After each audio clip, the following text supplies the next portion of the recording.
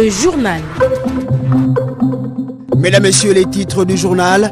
Comment se rendre dans les marchés du Grand Libreville? Équation difficile à résoudre par les populations en colère, n'arrivant pas à se mouvoir pour faute de moyens de transport. La mairie de Yem en campagne de collecte et de distribution de denrées alimentaires. Cible choisie, les personnes vulnérables. Enseignement à distance au Gabon pour les élèves de 3e et terminale dans les matières scientifiques. Le programme vient d'être lancé à Libreville par le ministère de l'Éducation nationale. Enfin, 9e édition de la Journée mondiale de l'art, célébrée dans le monde en plein confinement. Objectif, intégrer l'art de manière transversale dans les secteurs et programmes de l'UNESCO. Solidarité nationale Covid-19. Afin de contribuer à l'effort national dans la lutte contre le Covid-19, le ministère gabonais de l'économie et des finances vous sollicite à envoyer votre contribution sur les comptes Solidarité nationale Covid-19. C'est simple, vous pouvez le faire soit par RTL Monin au 077 09 00 63, par Mobicash au 060 00 14 10 ou directement sur le compte dédié en vous rendant au siège de la Caisse des dépôts et consignations, 6 à l'immeuble Orchidea, rue Jean Dendé, prolongement de l'avenue de Cointet à Libreville.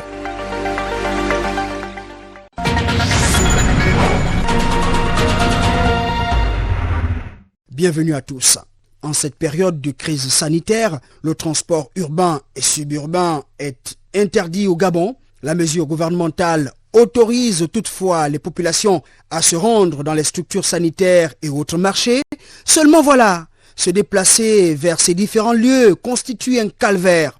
Raison évoquée, les sociétés de transport public n'embarquent pas les passagers ayant des aliments. Les populations crient à l'aide. Edgar Kaba, reportage. Les grands marchés sont ouverts. À l'annonce de cette bonne nouvelle, pourtant, beaucoup ont applaudi et réussi à voir d'entrée de jeu la paix du cœur pour ce qui est de la latitude d'aller tranquillement faire ses courses à travers les grands marchés indiqués. Hélas, Hubert, Nathalie, Brigitte et Gaston ont dû tirer le diable par la queue pour se rendre au marché, faire leur popote et rentrer chez eux avec leurs denrées alimentaires en cette période de confinement, faute de moyens de transport. Idem pour plusieurs commerçantes et commerçants du grand marché de Lomé qui ont eu du mal à se déplacer et à transporter leurs marchandises pour les écouler auprès des clients. Chacune nous raconte désormais son périlleux parcours du jour. Beaucoup de commerçantes n'habitent pas là où elles vendent. Vous voyez, non? J'habite à Ovendo, mais je vends le poisson au marché de Lomé. Bon, on n'a pas de laisser-passer. On n'a pas de papier pour que tous les commerçants, même les écailleurs, tout le monde, les grossistes comme les détaillants, pour se déplacer. Alors on demande vraiment à la mairie de Libreville de nous donner des laissez-passer, qu'on n'oublie personne. Nous sommes des écailleurs, écailleurs de marché, écailleurs de poissons au marché de Lomé. Et vraiment, ça nous paralyse par rapport au transport. Nous qui vendons des awunchés, des vendos, des pincettes. A-t-on interdit aux sociétés de transport gratuits commises à la tâche de transporter les populations qui ont fait leur marché ou les commerçants et commerçantes avec leurs aliments à bord de ces bus? La question reste posée. Je constate que les conducteurs de Transup refusent d'embarquer les mamans qui ont leurs bagages qui viennent du marché avec leur ville. Bon, motif que le bus ne peut pas transporter les marchandises, rien que les personnes. Et c'est pas normal, puisque ces dames-là sont sorties le matin pour faire leurs courses. Le taxi ne tourne pas, il n'y a que Transup qui tourne. C'est normal qu'elles ont leurs marchandises et puis il faut bien trouver un moyen pour acheter à la maison. À Libreville, pas d'embarquement pour les passagers ayant des aliments. À Bikele, par contre, il n'y a même pas de moyen de transport pour se rendre dans un marché. Situation qui fâche. Love d'Ilebou Mabika pour le constat. Les marchés seront ouverts tous les jours. Les populations pourront s'y rendre pour s'approvisionner en vivres. Telle est l'une des mesures qui accompagnent le confinement total du Grand Libreville. Vous avez dit que les marchés sont ouverts.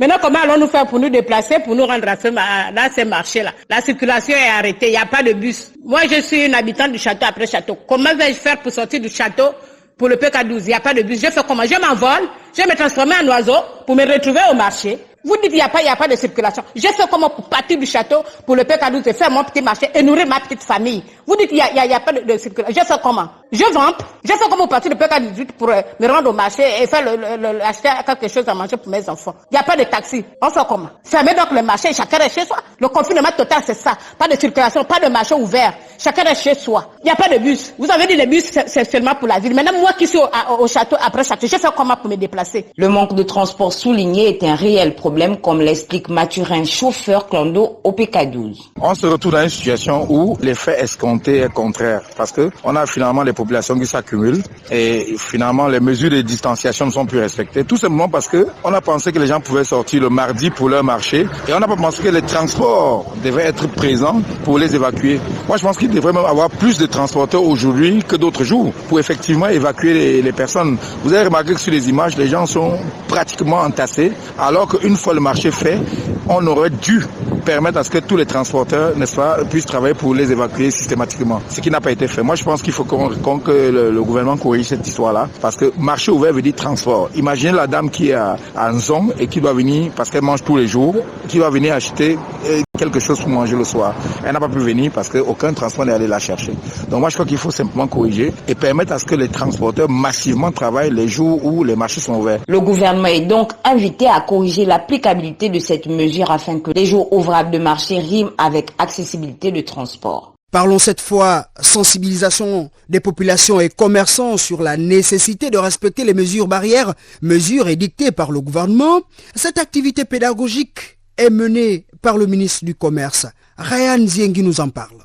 C'est en plein confinement du Grand Libreville que le ministre du Commerce sur les ondes de Radio Gabon est revenu sur la stratégie mise en place par son département pour répondre aux préoccupations des consommateurs et des commerçants sur les points d'approvisionnement. Le but est de permettre aux uns et aux autres de respecter les mesures barrières et d'acquérir des produits de consommation dans ce contexte marqué par l'état d'urgence sanitaire décrété par le président de la République, chef de l'État. Hugues Badinga Madia, ministre du Tourisme, du Commerce, de l'Artisanat et de l'Industrie. J'invite également l'ensemble des commerçants à accentuer les mesures qu'ils ont commencées parce que c'est pour le respect de leurs employés, mais pour le respect également des compatriotes. Aujourd'hui, nous sommes en situation d'urgence. Le Premier ministre l'a rappelé, les forces de défense et de sécurité, désormais, seront chargées justement de faire respecter ces différents éléments. Le non-respect de ces mesures-là peut entraîner des conséquences pénales. Nous devons faire tous preuve de civisme pour que, à la fin, nous limitions l'impact de la propagation de ce virus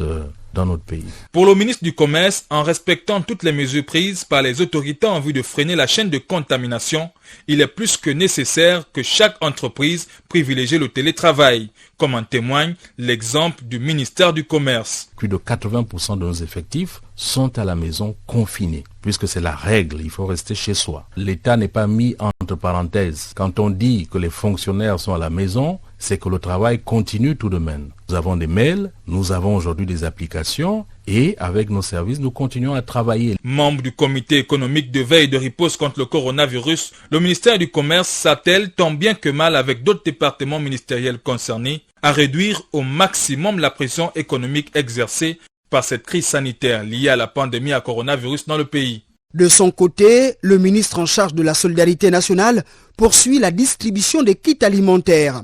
Une opération qui fait intervenir plusieurs administrations et la société civile en qualité de scrutateur. Gaël Mbingba Okoko. Pour soutenir les familles en cette période difficile, le chef de l'État, Ali Bongo Ondimba, décaissait une enveloppe de 500 milliards de francs CFA. Des opérateurs économiques répondant à l'appel à la solidarité nationale ont remis au gouvernement des centaines de conteneurs de produits alimentaires. Et pour des raisons de transparence, de justice sociale et surtout pour que la volonté du président de la République soit respectée à la lettre, la ministre des Solidarités nationales, Prisca Lenkoho, a intégré dans la gestion de ces opérations de distribution des banques et kits alimentaires les confessions religieuses, comme scrutateurs au nom de la vérité qu'incarne l'Église. Vous savez, ce type d'action, nous l'apprécions. Les gens se plaignent que souvent des bonnes décisions sont prises mais ne sont pas effectives. Nous allons vérifier l'effectivité de cette mesure sur 60 000 familles. Vous avez, par exemple, chacun de nos scrutateurs aura ce type de document et vous devez donc savoir qu'à l'issue de chaque journée pourra faire un rapport pour nous signifier s'il y a eu des incidents ou si du moins les choses ont été faites comme cela a été décidé par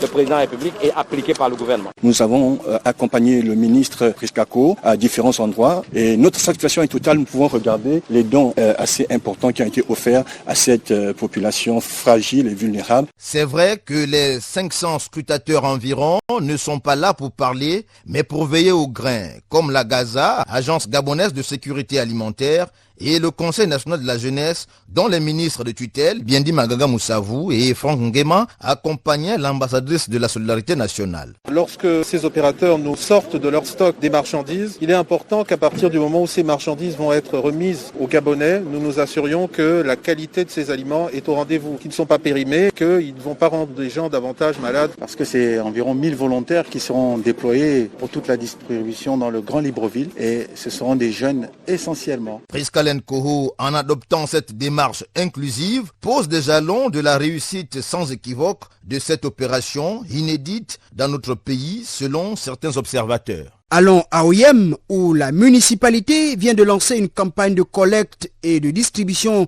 des denrées alimentaires au profit des personnes vulnérables. Yolande Nsamba Ntuntum nous fait le point. L'appel à la solidarité et au partage pour venir en aide aux personnes vulnérables en cette période de crise sanitaire, but de la réunion entre le maire de la commune d'Oyem, les opérateurs économiques propriétaires des grands magasins, les responsables des entreprises et des personnes de bonne foi de sa circonscription administrative. Une contribution en nature, donc les produits alimentaires de première nécessité. Au terme de ces rencontres, quelques participants rencontrés ont approuvé l'initiative du maire. C'est que pas de problème, on est là seulement pour ça.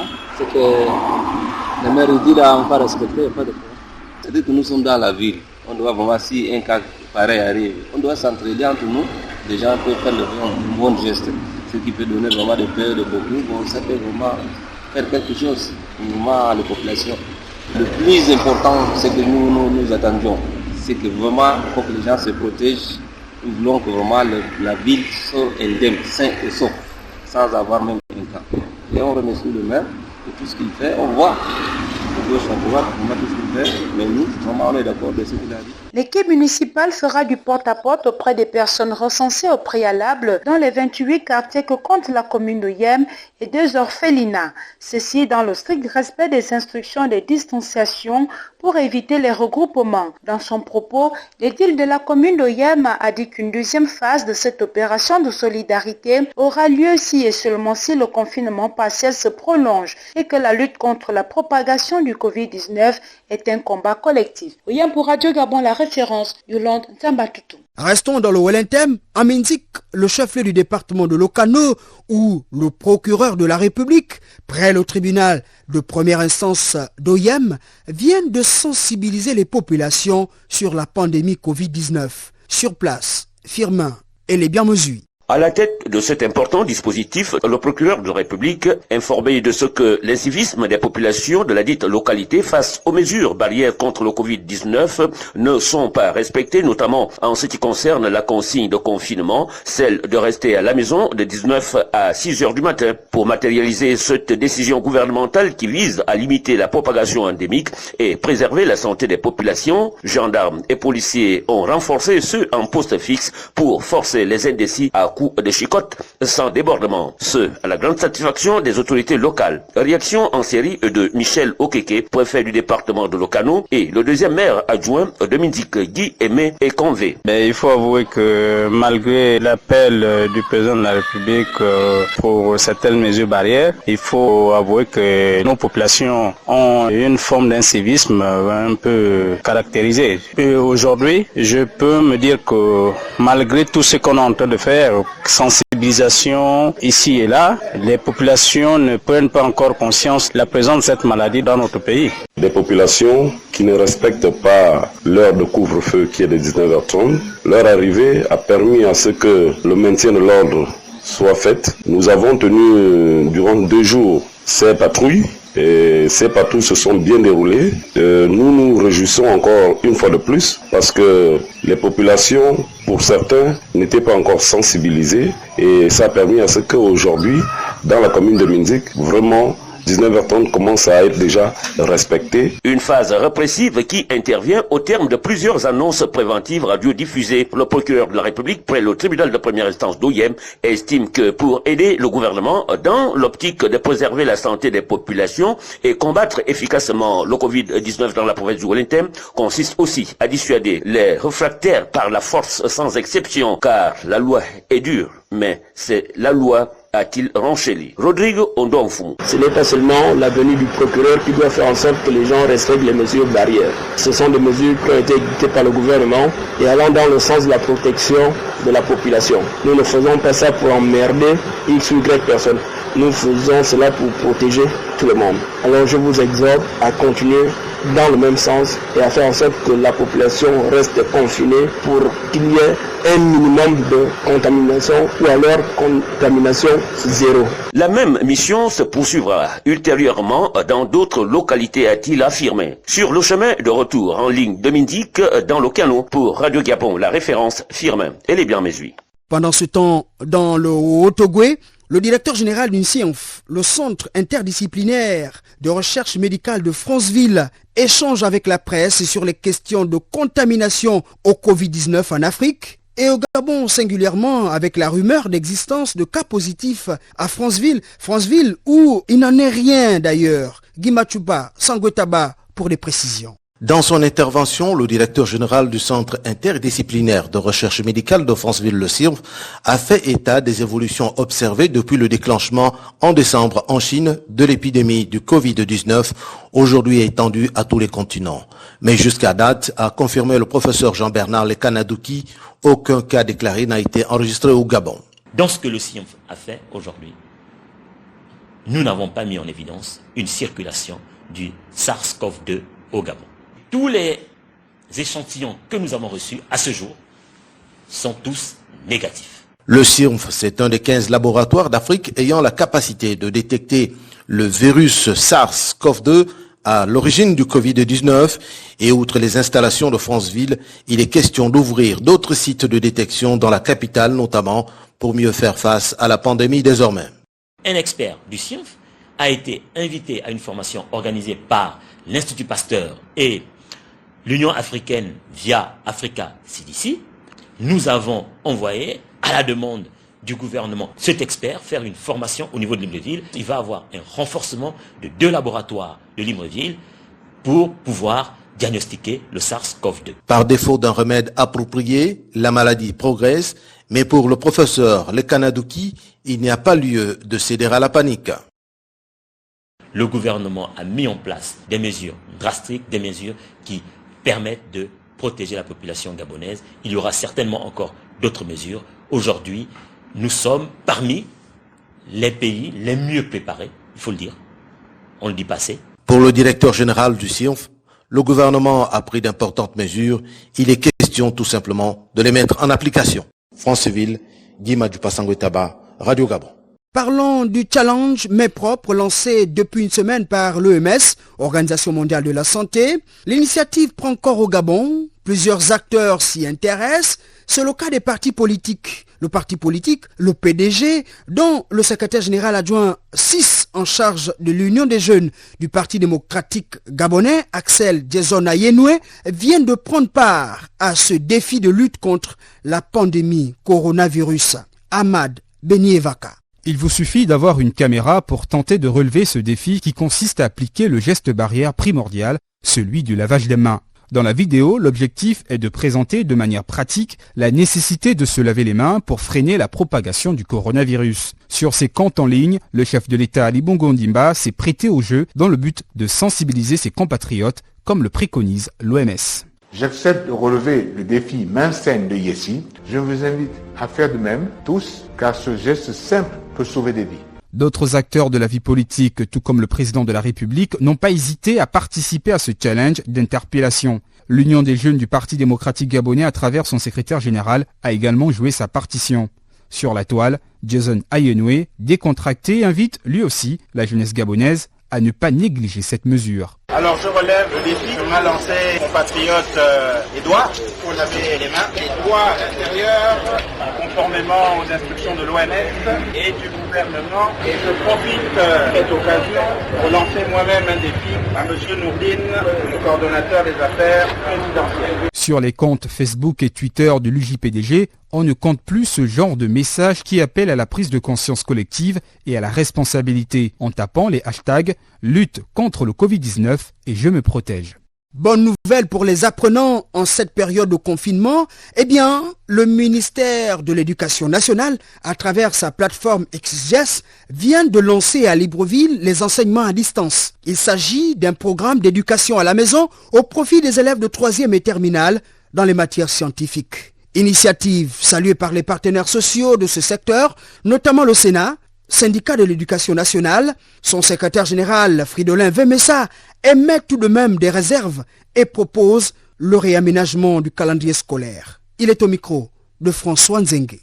Nous pensons au niveau du Sénat que l'expérience que veut tenter le ministère de l'Éducation nationale concernant l'enseignement à la maison ne peut pas être une expérience qui peut amener à valider une année scolaire. L'expérience simplement peut consister à maintenir les élèves dans l'activité pédagogique. Les supports proposés consistent à utiliser la plateforme du ministère de l'Éducation nationale, c'est-à-dire XGES, la plateforme informatique, les WhatsApp, la radio et la télévision. Nous sommes conscients que tous les élèves ne seront pas atteints, mais nous disons avec des réserves que cette expérience, même si elle est menée, ne peut pas amener le gouvernement à vouloir valider une année scolaire. Donc nous, au niveau du Sénat, nous prenons pour le réaménagement de l'année scolaire lorsque la situation reviendra à la normale. Nous ne pouvons pas être contre ce que veut faire le ministère, mais nous émettons quand même des réserves tout en étant sûrs que tous les élèves ne disposent pas de l'outil informatique, toutes les villes du Gabon ne sont pas connectées en Internet et que toutes les localités du Gabon ne sont pas pourvues en radio et télévision. Mais nous disons que cette expérience vaut la peine d'être essayée pour que certains élèves puissent suivre ces enseignements-là, mais tout en restant conscients que les élèves qui n'ont pas pu bénéficier de ce système d'enseignement ne puissent pas être pénalisés lorsque les cours vont reprendre.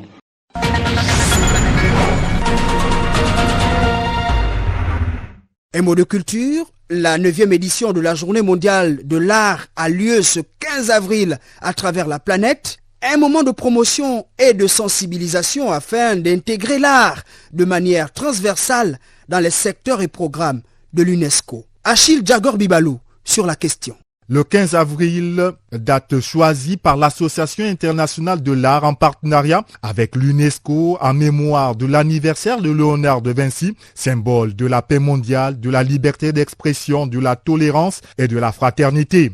En effet, Léonard de Vinci témoigne de l'influence des beaux-arts sur d'autres domaines. De nombreuses manifestations souvent organisées dans plusieurs pays du monde, tant sur le volet artistique que culturel, autour des disciplines telles que la musique, la danse, la peinture, la sculpture, le spectacle, le théâtre, le cinéma, la poésie, la photographie et le multimédia, ceci pour promouvoir et diffuser le travail des artistes. Il s'agit de renforcer les liens entre la création artistique et la société, souligner la contribution des arts à un monde plus développé, libre et pacifique. À cela s'ajoute le soutien à un large éventail d'activités et d'expressions issues de la mise en œuvre des programmes, projets et initiatives reflétant les valeurs et objectifs des Nations Unies. Toutes ces initiatives habituelles ne le seront pas cette année en raison de la crise sanitaire mondiale actuelle.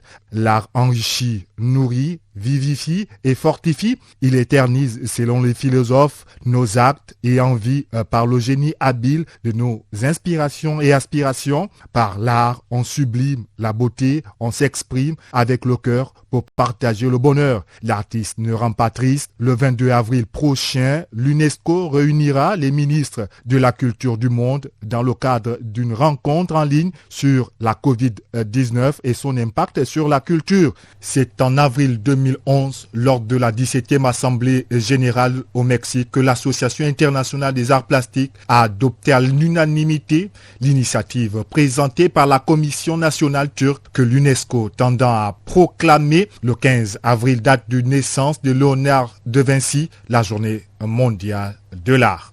La célébration de la journée mondiale de l'art donne l'occasion aux professionnels de ce secteur au Gabon d'interpeller le gouvernement sur la nécessité de construire des salles de spectacle. Le sujet intéresse d'ailleurs la rédaction de Radio Gabon par le biais de Nick Jocelyn Fouba. Le théâtre est un art apprécié depuis les Grecs. Il a traversé les décennies pour venir à nous. Depuis l'Antiquité, le théâtre est représenté par le biais de mise en scène jouée par des comédiens, des acteurs. Mais depuis la Renaissance, les pièces de théâtre sont publiées sous forme de livres. À ce sujet, je cite Molière, un grand comédien et écrivain du XVIIe siècle, écrit « Le théâtre n'est fait que pour être vu ». Fin de citation. Au Gabon, les dramaturges n'ont pas de salle de spectacle. Dominique Douma, dramaturge et metteur en scène. Les cris d'alarme que nous lançons toujours en permanence, ce sont les mêmes cris d'alarme. La volonté des comédiens est là. La volonté des metteurs en scène est là. Les pièces de théâtre écrites par les Gabonais ou alors d'autres auteurs du monde entier qui peuvent être jouées, ces œuvres sont là. Donc, sur le plan humain, les hommes de théâtre sont présents. Ils sont là. Ils travaillent comme ils peuvent. Mais nous demandons toujours à l'État, c'est l'État qui doit construire les salles de spectacle. Ce ne sont pas les comédiens qui construisent les salles de spectacle. Avez-vous vu déjà les sportifs, par exemple, construire les stades dans lesquels ils jouent? Non. Avez-vous vu, par exemple, des médecins construire, par exemple, les hôpitaux? Non. Dans notre pays, le théâtre tend à disparaître. Cette situation est due au manque de salles de spectacle, selon ces derniers. Vous, par exemple, qui êtes de la radio, c'est pas vous, les animateurs, les producteurs, les journalistes, qui ont construit, par exemple, la maison Georges Raoui, la maison de la radio. Non, c'est l'État qui a construit cela et a mis ces outils-là à la disposition des gens du métier. Mais c'est ce que nous réclamons, nous aussi, du côté du théâtre. Vivement que des solutions soient trouvées au bonheur des comédiens et autres acteurs, car le théâtre est un genre littéraire particulier qui réunit à la fois littérature et spectacle.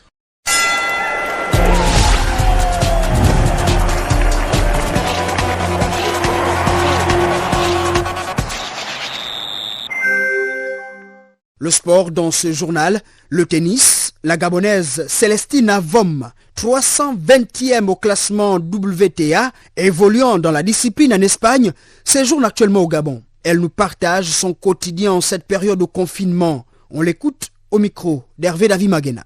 Nous nous occupons comme on peut, tout en espérant que demain sera meilleur. C'est pas facile pour moi de rester aussi longtemps à la maison. Mon confinement se passe tant bien que mal. Je m'occupe en faisant de la gym, de la muscule et quelques pompes. Je profite de ma famille, je bouquine aussi un peu. Je m'occupe comme je peux, tout en gardant le moral, c'est le plus important. Le tennis pour moi c'est un choix de vie, donc je me dois de maintenir la forme. Malgré le confinement, je reste professionnel. Cette nouvelle de sport boucle le journal, mais avant, le rappel des titres. Comment se rendre dans les marchés du Grand Libreville? Équation difficile à résoudre par les populations en colère, n'arrivant pas à se mouvoir pour faute de moyens de transport. La mairie de Yem en campagne de collecte et de distribution de denrées alimentaires, cible choisie, les personnes vulnérables. Enseignement à distance au Gabon pour les élèves de 3e et terminale dans les matières scientifiques. Le programme vient d'être lancé à Libreville par le ministère de l'Éducation nationale. Enfin, 9e édition de la Journée mondiale de l'art, célébrée dans le monde en plein confinement. Objectif, intégrer l'art de manière transversale dans les secteurs et programmes de l'UNESCO. Mesdames, Messieurs, c'était le journal préparé par la rédaction de Radio Gabon sous le regard vigilant d'Ali Reynald de Radjoumba. Je suis Achille Mwanda Moussoti. Merci de votre fidélité à Radio Gabon.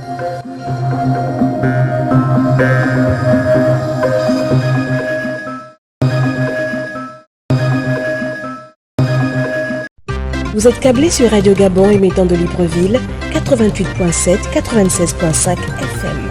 Où que vous soyez, nous sommes avec vous.